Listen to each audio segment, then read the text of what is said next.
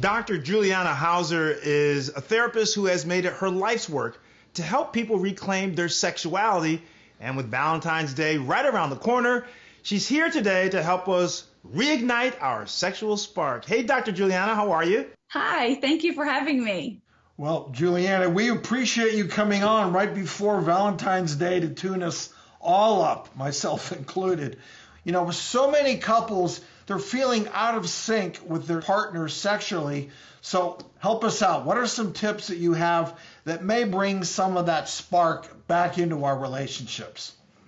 So the two things that we start with my clients is we have to reacclimate and recalibrate with each other. There's so many things pulling us in different directions. We're having a lot of emotions. So often sex and our sexual connection will be the thing that drops off first.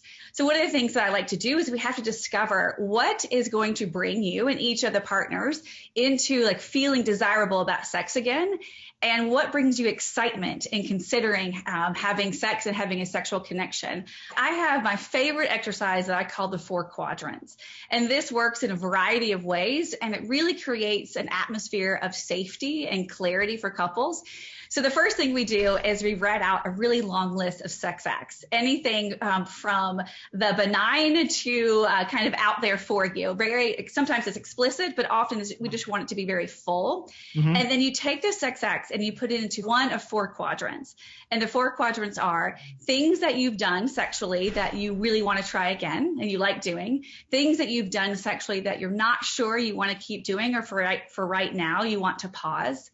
Then it's the sex acts that you haven't tried, but you're pretty curious about and maybe interested, maybe want to bring back into your life with your sexual partner. And the last is things that you haven't done sexually and you're pretty sure that's a no for you. So you put those together and then you talk.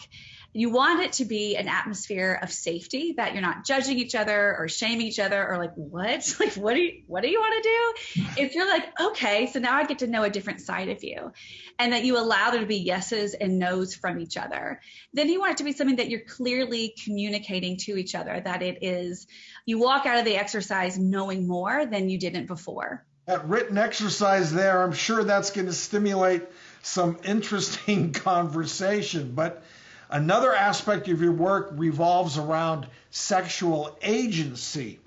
Sexual agency is this deep understanding of who you are, what you want and what you need, and what your values are. And when you have those 3 things, then you're able to really fully realize who you are as a sexual being and invite that into your sexual partners.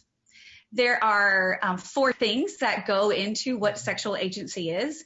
The first is knowing that there is a sexual decision to be made. Next is feeling confident that you have the skills to make that decision.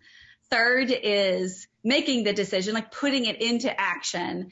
And then fourth, and this is the biggest part, like the research that I've done that is often left out of decision making, and this is where I see trauma and disconnection with couples, and that's that you know that you can handle the intended and unintended consequences of the decisions that you're making.